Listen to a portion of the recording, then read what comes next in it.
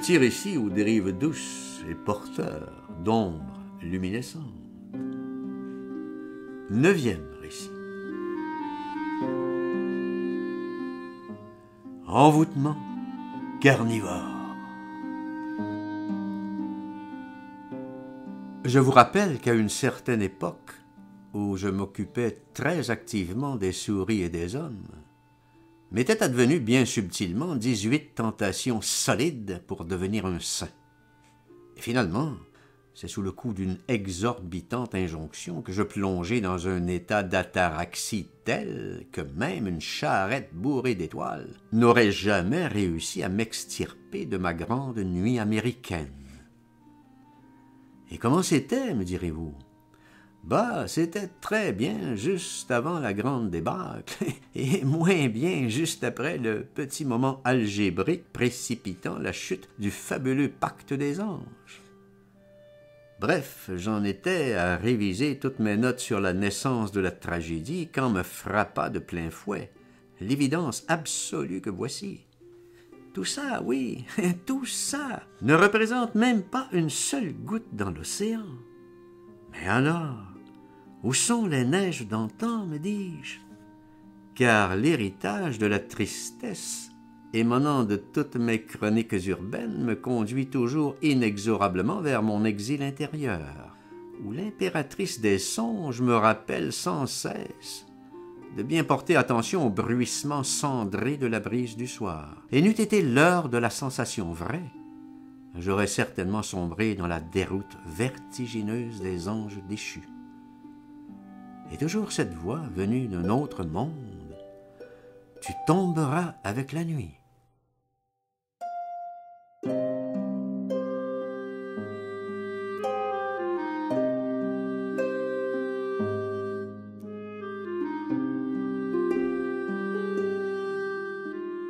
Heureusement, une catharsis salvatrice, issue du grand chaos primitif, m'offrit le prodigieux calice de l'amour, que je bus, bien sûr, voluptueusement, et la conscience du désert s'estompa peu à peu.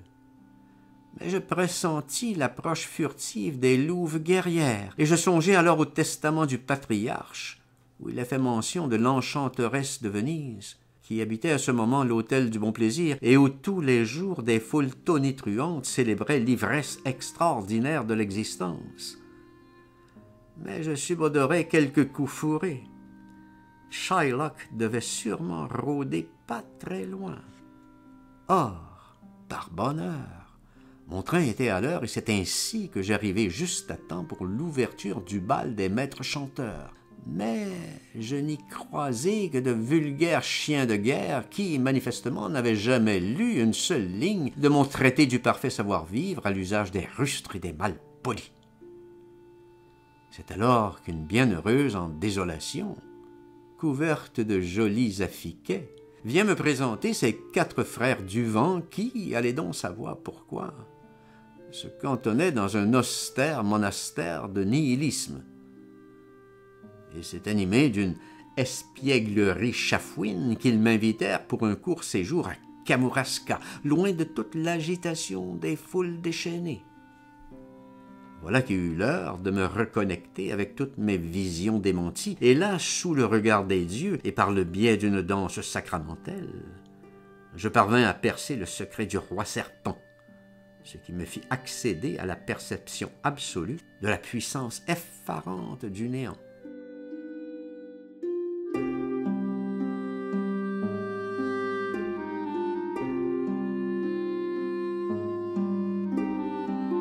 Mais comme la vie est ailleurs, j'optai plutôt pour Nietzsche et son gai savoir, ce qui m'ouvrit ainsi tout un monde paradoxal, qui fera plus tard tous les délices de mes chroniques ouraniennes. Et c'est par les mémoires d'une geisha que me fut révélée tardivement toute la conspiration des ténèbres par devers Madame Butterfly. Bien vaut tard que jamais, me dis-je, convaincu que j'étais des vertus insoupçonnées de la patience. Or, J'aspirais tout de même furieusement à me laisser dériver vers quelque ébauche de vertige. C'est ainsi que, parti en plein hiver pour un voyage mortifère au bout de l'enfer, ou plein de noirs présages sur ce fragile itinéraire, m'amenèrent à déployer ma défense Kierkegaard, ce qui me permit d'assister sans coup férir à la mise à mort du bouc sacré, habité qu'il était par l'esprit des 4 magiciennes régissant tous les mondes sublunaires.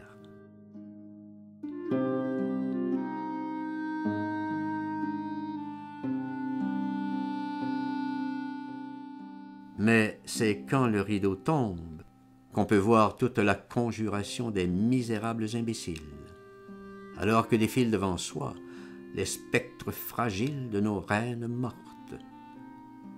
Et je vois déjà s'écrire en moi toutes mes chroniques de la misère ordinaire. Et je sais déjà que la bataille sera dure pour sauver mon âme. Et puis, il y a cette lancinante présence de nos amours dissonantes, où un derviche fou s'escrime à vouloir séduire sa mort, cette infaillible séductrice.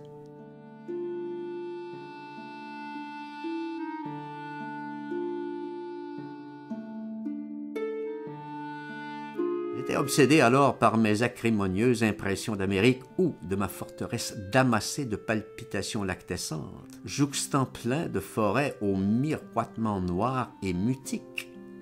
Je dus me commettre en d'incessantes luttes plus ou moins fécondes pour toujours me porter à la défense de l'infini.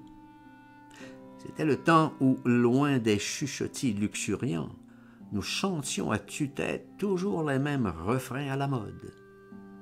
Puis un sinistre âge de fer s'ensuivit, marqué par l'indéfinissable tristesse des anges. « Que sont mes amis devenus ?» me dis-je avec cette petite pointe d'amertume poivrée. Mais tant que la terre durera, il y a d'espoir, non? Et bien sûr, tant qu'il y aura cette foutue tendresse. Et c'est d'un regard paterne que je me penchai sur Marc Aurèle, contemplant la fin du monde antique. Changement de paradigme, me dis-je pensivement. Et voilà si pas qu'une flopée de sombres olibrius, plus ou moins égrillards, monte à l'assaut de ma colline de la quiétude parfaite. Et devant une telle manifestation d'abjecte connerie, et voulant éviter toute bousculade et échauffourée odieusement burlesque, j'exécute illico ma culbute la plus mirifique qui soit, et brandissant bien haut ma redoutable clémore, je parviens in extremis à mettre en déroute toute cette vulgaire piétaille.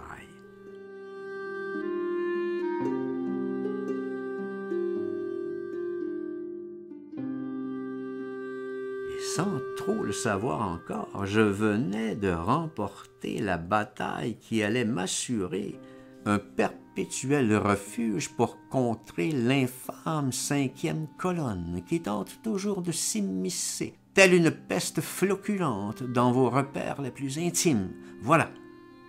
C'est tel un hussard chevronné, ou serait-ce plutôt tel un prince de sang royal, que je m'en fus me recueillir au cœur de l'abside luminescente de Notre-Dame de Paris, fermement convaincu qu'au-delà de toute la morosité ambiante, il me suffira désormais de faire appel à mon oiseau aux ailes d'or pour qu'un pullulement de couleurs aux sonorités chatoyantes se mette à vibrer dans ma caverne céleste, y répandant son ineffable paisibilité.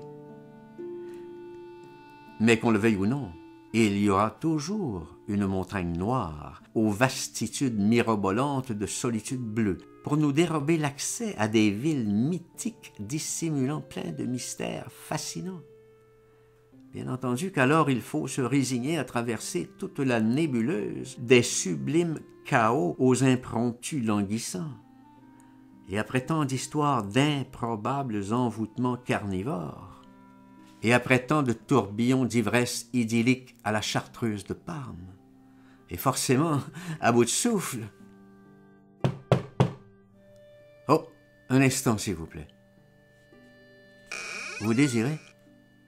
Bonjour, j'aimerais vous aviser qu'étant en période électorale, il est de mon devoir, en tant que scrutateur attitré, de vous remettre en main propre la liste officielle des électeurs de votre circonscription. Liste maintenant connue sous le nom de liste de Schindler. Aïe, aïe, aïe. Et comme le vin tiré et que je veux absolument tout savoir, je m'écris « Bas les masques » et en tant qu'éminence grise, je vous somme de cesser toutes ces tractations approximatives et d'y aller rigoureusement verbatim. Bien malement pris, car c'est alors que l'impensable se produisit. En effet, par un jeu d'étranges fêlures dans la trame de l'espace-temps, phénomène encore inexpliqué à ce jour, je me retrouve en plein Sanhédrin, accusé de je ne sais trop quel crime, et où Machiavel en personne procède à l'audition des témoins. Merde, mon compte est bon, me dis-je, et je l'observe trifouillant très méticuleusement dans un fatras de documents plus ou moins falsifiés, à la recherche, bien sûr, du temps perdu dans mes incriminantes archives boréales. Ainsi Dieu le veut, me dit-il avec une pointe d'ironie noire, et ma foi, assez sinistre, vu les circonstances. Puis défile à tire-larigot toute une ribambelle jacassante de témoins à charge, tous ottomans, et arrivant tous du Pont-Euxin.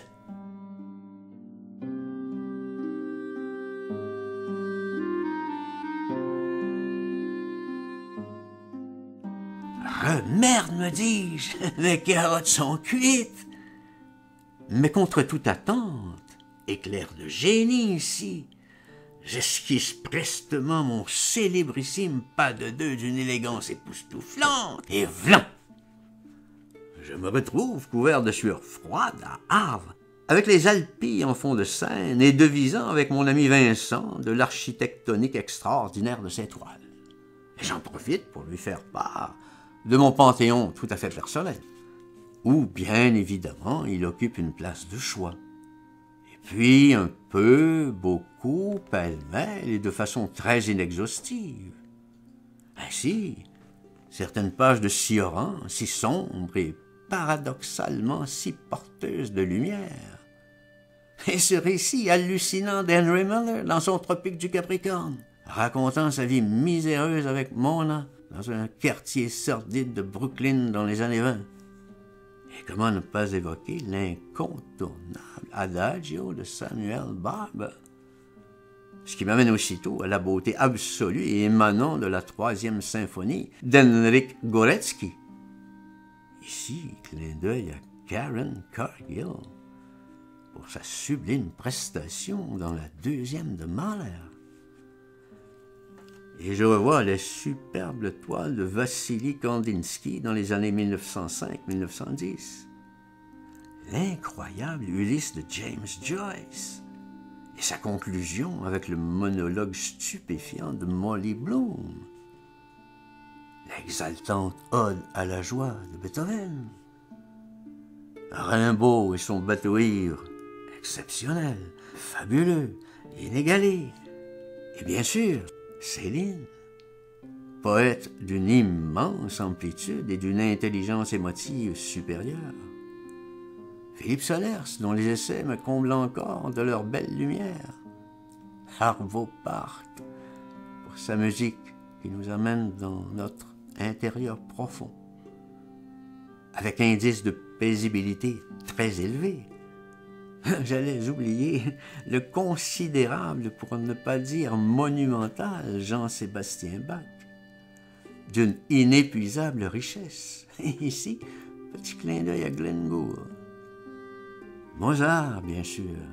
Et puis, bon, le fauvisme à Paris, les impressionnistes, Cézanne, Picasso, Gauguin, l'œuvre grandiose de Marcel Proust, William Shakespeare, Nietzsche, Rembrandt,